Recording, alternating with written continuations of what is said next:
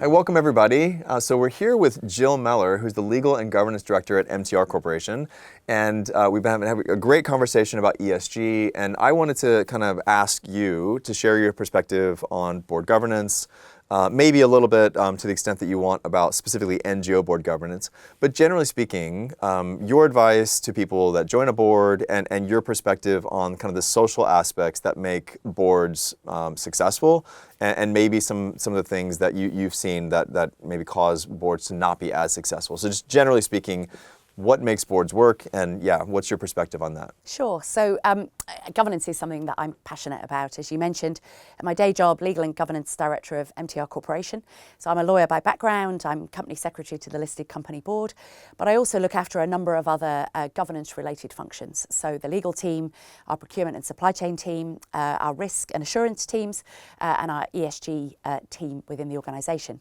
Outside of that, I'm an independent director on the board of Hong Kong China Rugby, which is responsible not only for running the world-class Hong Kong Sevens, but also for grassroots and community rugby here in Hong Kong.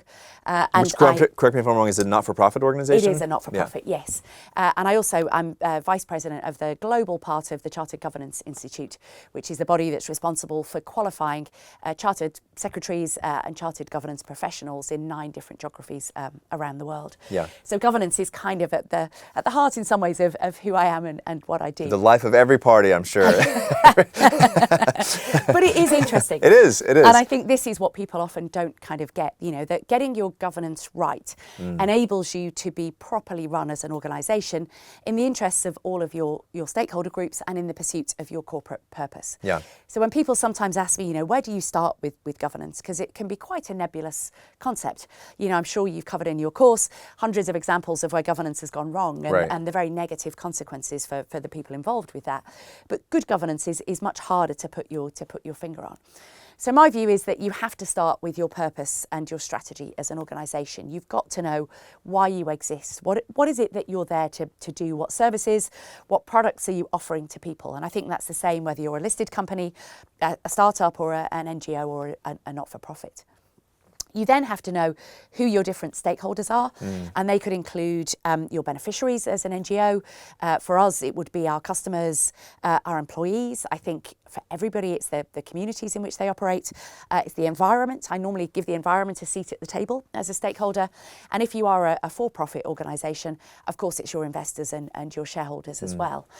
And you then have to have a governance framework that allows you to be aware of and to best balance the interests of those different stakeholders in the pursuit of your purpose.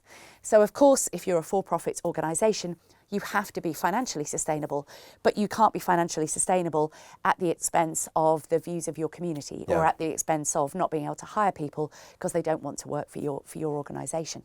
Yeah. So I think that's the sort of thinking you have to do ahead of time. And you then get into, what are the core aspects of governance? What do we have to get right as an organisation? And I'd say there you start with your board. And we can talk perhaps a little bit about a good diverse board and the kind of friction that brings and the pros and cons of that. It then goes to your kind of your policies, your procedures, your processes that you put in place, the way that you run, and particularly in key risk areas. So if you're an NGO that's involved with youth, you will almost certainly have a safeguarding policy. Right. That's going to be one of your key policies that you need to get in place right at the start. But it also comes down to your culture. How are you running as an organisation? What are the expectations that you're setting for the people that work with you? And those could be the volunteers, they could be the full-time staff, they could be the donors, your board members, in terms of the way that you behave, your values as an organisation. Because if you can get, I think, your purpose, your strategy, your governance framework and your culture all aligned, then you're in a fantastic place to really drive the business, the organisation forward and achieve that purpose. Yeah, okay, so we've got purpose, strategy, all the way coming down, but one of the things that we talk about in our course is the fact that for a new board member, they're not going to come in and set the purpose. In theory, it should be established already. Often, maybe not, especially for smaller companies and NGOs, maybe not as clearly defined as it should be, and so there might be some refinement or periodic revision of that, but generally speaking, it's kind of there. And from a strategic perspective, although that's the ultimate purpose of a board, other than maintaining governance and financial security, it often takes a while for them to get there. So I'm curious, someone new comes in and they have to work up to the point where they can actually be helpful from a strategic standpoint. What advice would you give to a new board member who's coming in and they have all this information, it's an existing company with an existing purpose, like how would you advise them to kind of get to the point where they can be useful in terms of those other areas?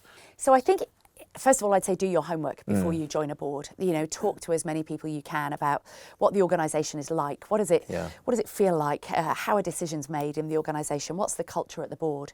Is it a culture where people are encouraged to speak up and give their different views, or is it very much driven by the chairman or the CEO? So do your homework ahead of time, as you would for any job. I think it's tempting sometimes to see a sort of board role as a reward almost, or it's something that's not that much hard work. And I think, that's absolutely not the case. So do your homework up front. And then I think it becomes a role of both the new board member, but also of the organisation. So as a new board member, be interested. So when I joined the board of the rugby union, I'm a hockey player, so I'm interested in sport. I believe that there is a huge amount of value that sport lends to societies and to communities, but I knew very little really about the rugby community here in Hong Kong. So I went in to meet the management team. I would go along to attend events, and whether that's kind of youth finals, whether it was long lunches, whether it was town halls with the representatives from the clubs, make yourself available to attend as much as you can to really get yourself up the learning curve. How did that even come into your your radar? Like how did they approach you? Because for someone who's maybe seeking a board position, did you kind of luck into it? Were you looking for it? Like how did that work? So I would say I was fortunate. So and also the rugby union here was quite foresightful. Yeah. So they had a governance review and they changed the composition of their board from being everybody appointed up through the clubs to adding 3 independent directors onto the board. And they'd done a full sort of skills evaluation. If we're going to bring in independents, we want them to bring in skills that we don't already have. Yep. One of the areas they'd identified where they could do with some additional skills was the legal, regulatory, governance kind of field. And so somebody who'd been involved with this review bumped into me at a party, as is the way in Hong Kong, and said, "Look, Gill, would you be interested?" And so I put my hat into the ring and was fortunate enough, to get the role. Yeah.